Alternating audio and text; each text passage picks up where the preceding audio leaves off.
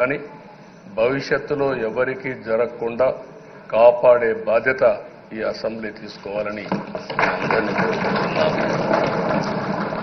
నా గౌరవాన్ని కాపాడిన ప్రజానీకానికి మరొకసారి మనస్ఫూర్తిగా ధన్యవాదాలు, అభినందనలు. నా జీవితాంతం రుణపడి ఉంటా.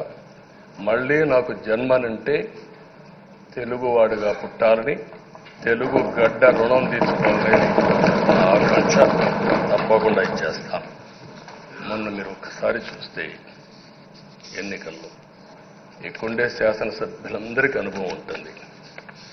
ఎక్కడో అమెరికాలో ఉండే వ్యక్తులు 5 లక్షలు 10 లక్షల రూపాయలు ఖర్చు పెట్టుకుని ఓటొచ్చి ఓటేయడం, నెల 2 నెలలు పనిచేసే పరిస్థితికి వచ్చారు. వేరే రాష్ట్రాల్లో ఉండే ప్రతి ఒక్కరూ ఇది నా బాధ్యత అనే ఉద్దేశంతో అందరూ వచ్చి ఓట్లేసే పరిస్థితికి వచ్చారు.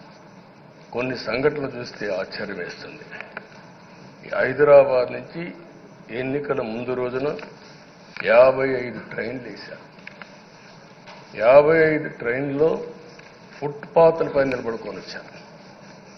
ఏసీలో ఫుల్గా, మామూలుగా ఏసీ అంటే ఒక ప్రెషర్ ఉంటుంది, ఎక్కువ మంది ఉంటే గాలి ఆడదు. అయినా కూడా లెక్క పెట్టుకోకుండా వచ్చారు. వీళ్ళందరినీ మనం పిలిస్తే రాలా, మనం ఆర్గనైజ్ చేస్తే రాలా.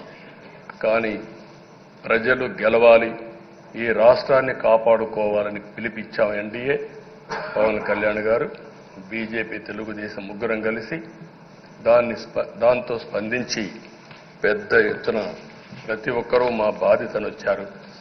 అదే మాదిరిగా పేదవారు భోజనం తెచ్చుకొని బస్సుల్లో వచ్చి ఓటేసి మళ్ళీ వెళ్ళారు.